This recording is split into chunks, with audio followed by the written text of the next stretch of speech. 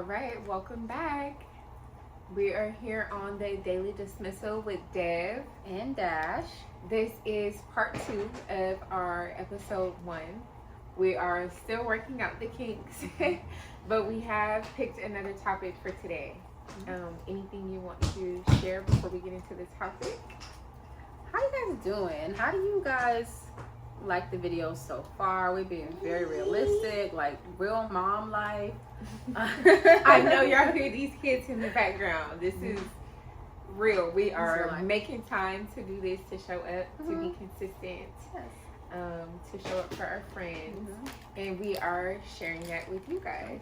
You know, you guys are really just getting a look into our real lives. Like, we don't have a cameraman. Like we said, you know what? We talk all the time. You know what? Let's just record it. Let's have some real girl talk. And if there's any questions that y'all want us to answer, please put in the comments. Questions. Yeah. Put in the comment section. And don't forget to like the video. Oh, comment and subscribe. You know, if you like these videos, hit that bell notification. Put it on your Explore page. Help us out. Please. Share. Tell a friend, tell a friend.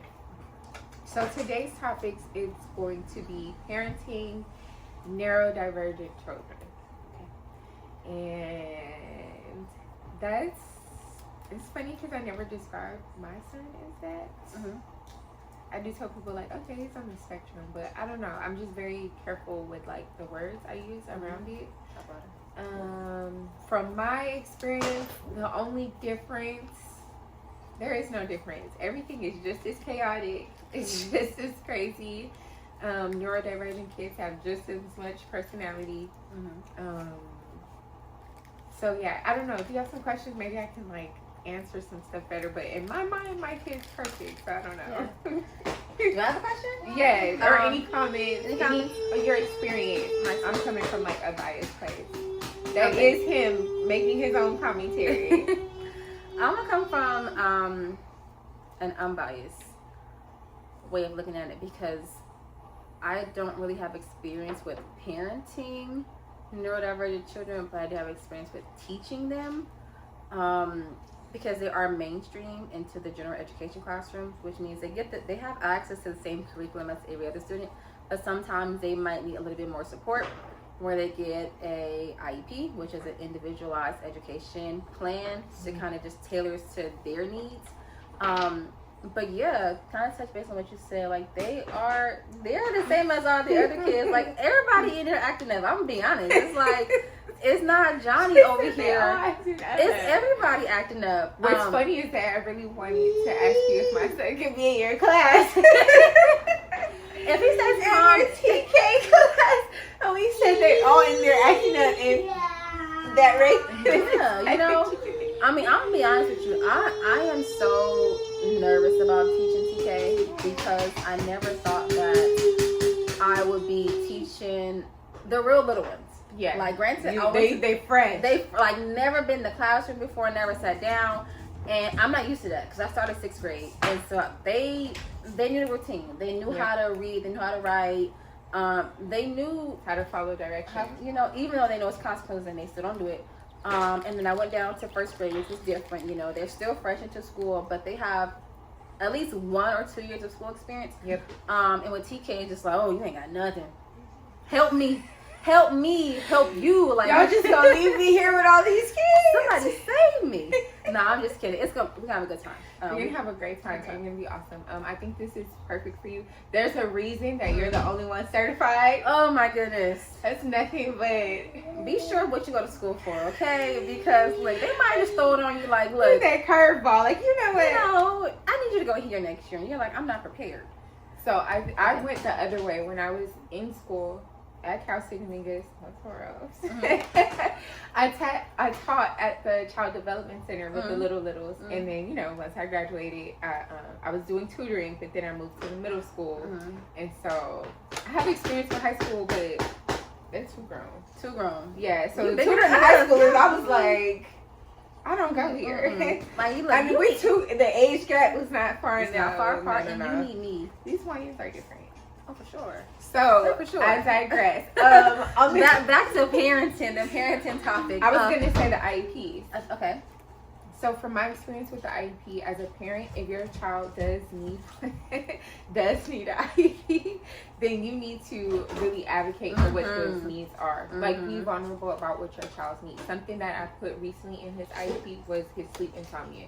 Because sometimes we can end up like looking at truancy and we're like, I'm not bringing my kid to school, but he's not sleeping at night, and when it's time to get up for school, he's just going back to bed. So I'm not going to dump that on his teacher and leave him there when he's tired. So just really be honest about what your child needs. If there's stuff that you use at home that you see works, like the hand over hand method, things that you use to like teach them or help them cope. Maybe your child needs, like we discussed, things that they can mouth, accessories that they can wear that it's safe for them to put their mouths on because that's something that they do in the classroom. Yeah.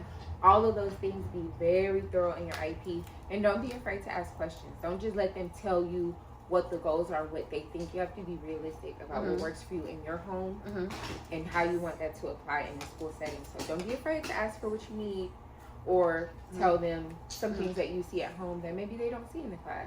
Or maybe they see things in the class that you don't see at home. Yeah. So the two need to like work in tandem. Yeah, it needs to be a collaborative effort for sure with both parents and teachers.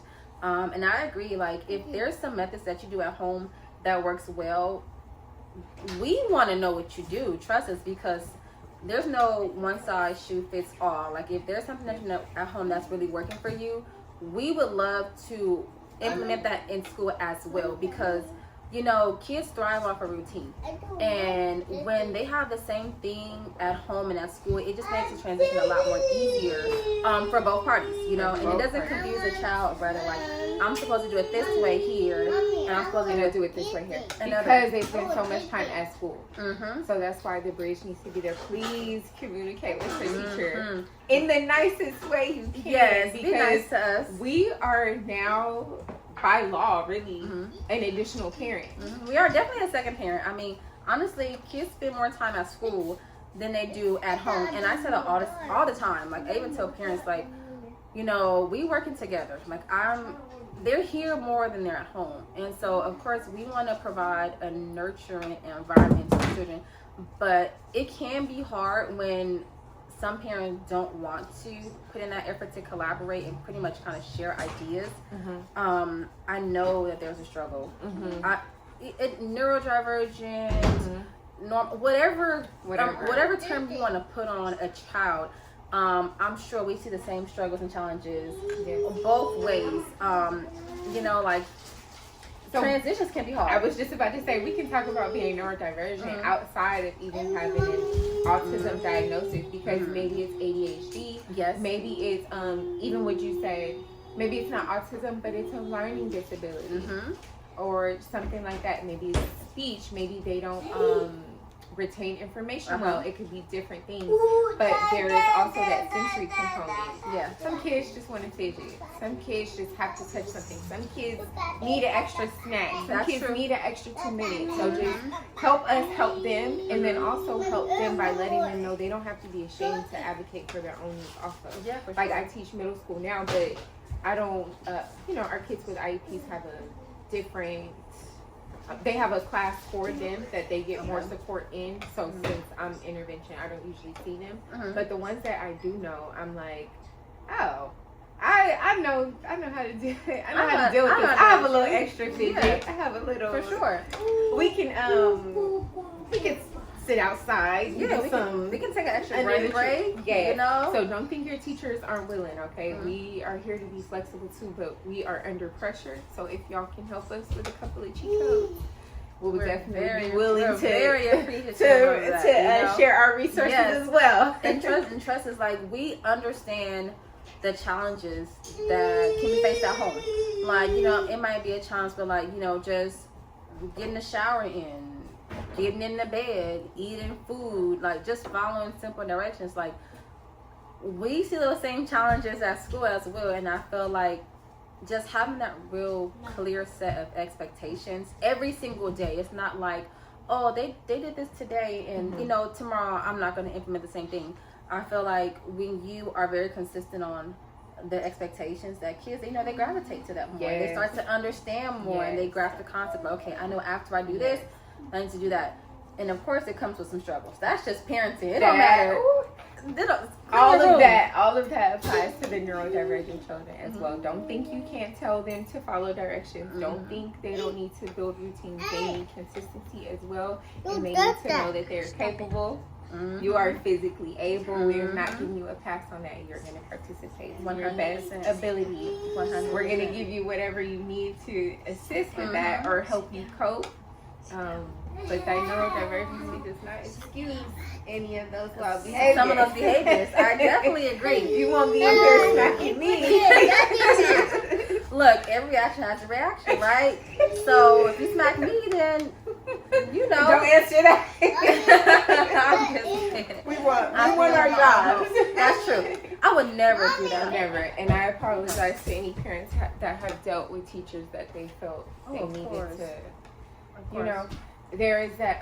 You know how people say they have church hurt. Some people have that like school hurt, or like been traumatized from school. I had means. So yes, they need routine and structure just as much. Don't hesitate on giving them that. They can follow directions. They trust you. They understand. Can I ask you a question? How do you go about fostering independence? Because I feel like that's something that can translate from home to school and just life in general. I'm trying to do better at that because I do baby him. He's my only one. So that's something I'm working on. That's something I'm working on. He's my only baby, so I do still like help him a lot. But I'm noticing he wants it on his own. Okay. So I'm just trying to follow his lead and see what he's attempting to do now by himself, and I make sure that I show him how to do it and we practice it repeatedly. But he has to show me that interest. Okay, so you kind of pretty much taking his interest. So I'm like you kind of like letting him take the lead. Yes. So child. Yes. Like I was telling you about the manipulative. That's like we tried Velcro things before, and at the time he wasn't ready for that. But now at this age, when I see we getting those fine motor skills together, I do want him to be able to match his alphabet and identify his letters and numbers or whatever the activity is in that way. Now that I'm seeing, that's something that he can actually physically do. So like now he wants to start putting his shoes on by himself, and he's like undressing, which is great. Good. So that's where we're going. So just being graceful with your kids. Just like I'm learning, he's learning. Our video gonna be shook up. Man. Go Denver. Go Denver. Go Denver. So do you feel like with age it's making a difference and it becoming maybe a little bit more easier? I believe or a little bit more structural with age? I think with age. With that like development and repetitiveness of like all the activities. And even maybe more so now, maybe I am giving him more opportunities just to show his independence also, because I'm like, okay, he is 4. Like, yeah, he's very young. He can handle it. Very young. That's true. He's be able to handle it. One more thing I did want to comment on for the moms with the neurodivergent children. Don't be afraid to take your kid outside. Yes, they want to go outside like everybody else. Take your children outside. Yeah. Yes, they can still enjoy all the experiences. So please, whatever you want to do with them, if you're holding back or you feel like you just don't know how they'll react or what's going to happen, it doesn't matter. It doesn't matter. You deserve that experience. You deserve that experience also. And they're in there. They're actively participating, and it may look a little different from other children's experience, but they still deserve to have a good time. So I agree. Don't hesitate on taking them out. Worst case scenario, they have a little meltdown and you got to get on the ground with them. Look, all kids all kids have a meltdown. Even sometimes you're like, you know what, let me grab these bags because it's time to go. You're doing too much. And I also feel like it's just good for them to just be in an environment with the other children. It might even entice them to even want to go out and just explore with them and do things that they want to do as well. So it also could be a learning opportunity. And as a mom or dad or caregiver, it gives you the chance to get a little bit of fresh air. Like she said, parenting is hard. No matter the circumstances of whatever you're going through, single parent, married parent, co-parent, parenting is hard. There is no one size fits all. There's no book. Yes, first, nobody's judging you. Nobody's judging. Of course, we're all learning. Second, don't ever think your friends with kids don't want to meet up, regardless of what state you feel your kid is in. The moms always want to meet up for the kids. Right. Or feel like, oh, Right. well, I don't know, because my kid doesn't do this or they don't do that. Girl, Get that out of here. kids will be kids. I want to see you. Okay, I want to see you. And I love your kid. I want to you. see your kid. We don't care if they isolate. We have more hands on deck to help with eloping. Cookies and chaos. Bring your kid. Cookies and chaos. Cookies and chaos. Look, that we're making t-shirts. Let me write that down. You know, and it's just gonna be a good time, honestly, for everybody. I feel like exposure therapy can be really That's good. what we're gonna call it, exposure therapy. Exposure therapy for you and your child. You know, and I also feel How like else will they learn? and you need a community. You do. You know, a community that Don't isolate your baby. Yeah, and you know, we're human beings. Like, we thrive on connections. Like, of course, some of us are introverted. Like, and I'm introverted. Like, I don't need to be around people all the time. I definitely don't like crowds. But eventually, you know, you need a little socialization. It's just good for your mental health. And then parents, just don't feel like you're alone. You know, no matter whatever your parents' circumstances are, even if you might feel like you're alone, it's just for a season, you know. Yeah. And it's okay to reach out and ask for help. Mm-hmm. That was my big thing. Okay. I'm gonna be honest. Like, when I first had my son, my first one. Okay, my first son, and I'm gonna just be transparent. Like, I feel like I didn't have any help. I'm gonna be honest. It was just me and my husband at the time. We was really just thugging it out.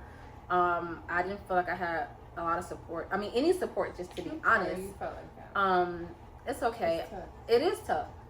It is tough. So, like, women who don't have support, trust me, I 100% resonate with you. I know the feeling. I know how lonely it can be. I know how isolated it can feel.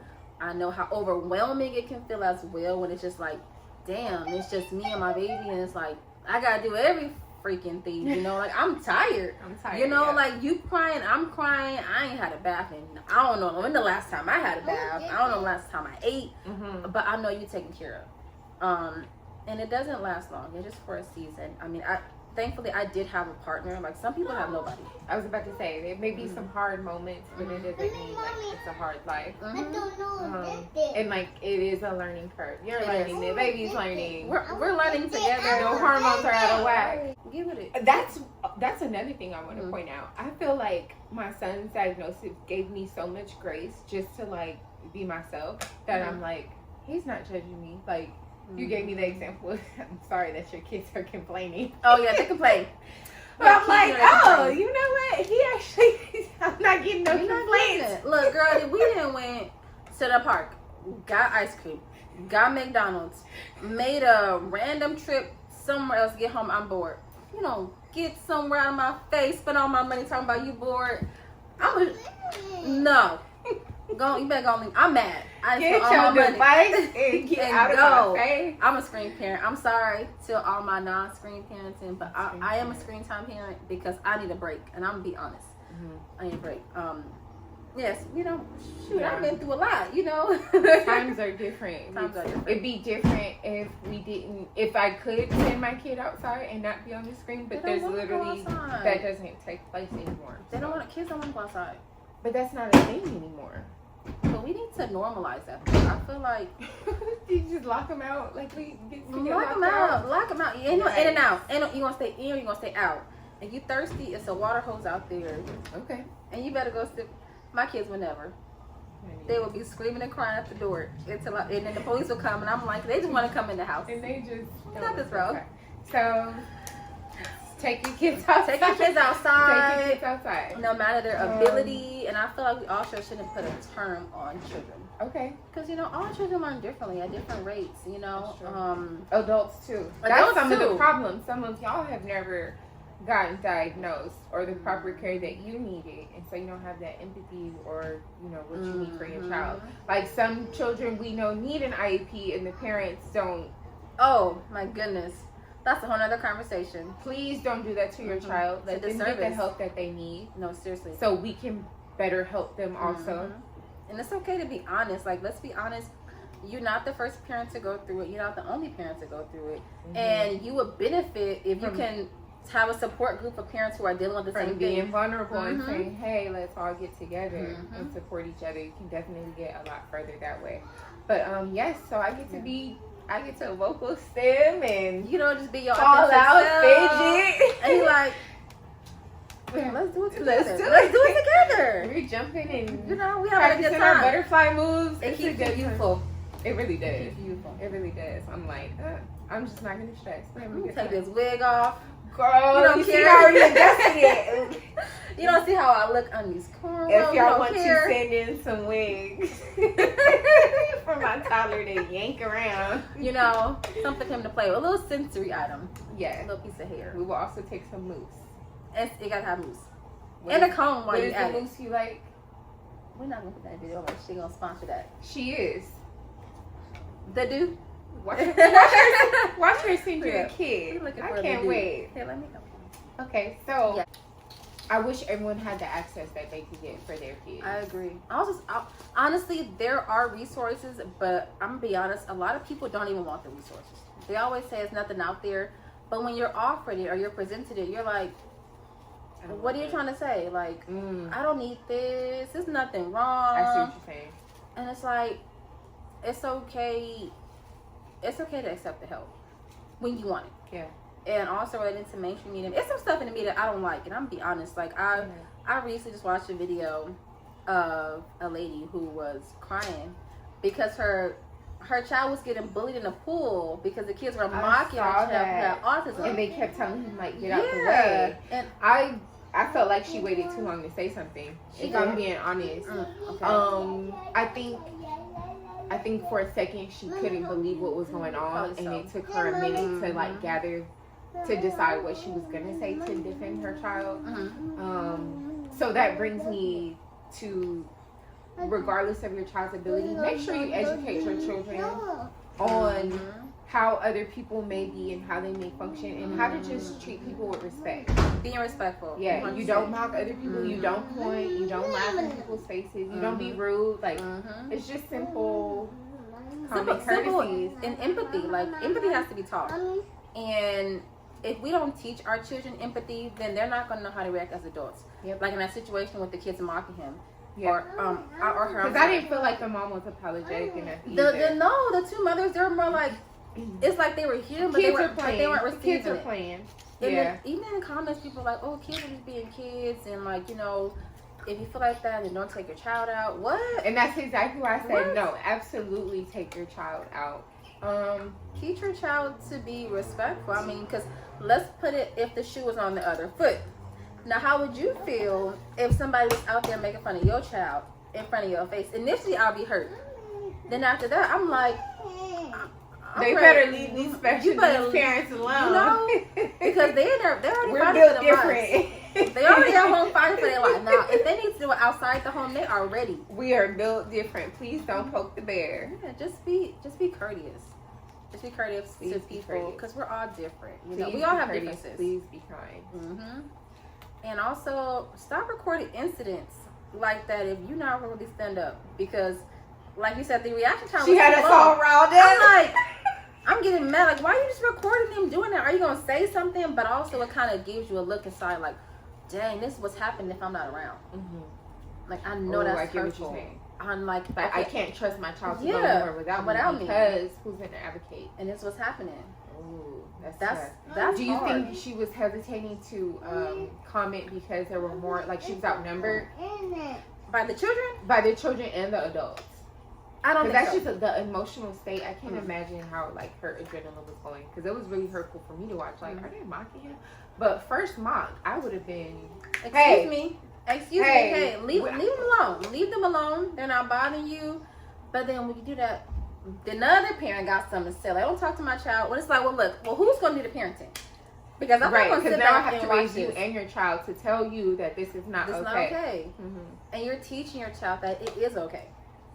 And growing up, the world is different now with these sensitivity and these parents and these kids. Like, you can't be out here just talking and treating people however you want, because No, you can't. you're not prepared for these consequences that's going to happen in life. Yeah. So you know what? Let's do this. Let's hold some space then, because there may be some parents that have experienced something like this and didn't feel like they could say something, and maybe they recluded and took their kids back inside. You know what I mean? Or left the part early, just didn't know how to handle the situation. So if there's something that you want to share and just have a safe place to vent about it, and if you want me to get on here and buck at them people that was playing with you and your kid, you can leave that in the comments. We'll do it. Because we'll got you. We'll do it. You need a bully? You need 2 adult bullies? We'll help you.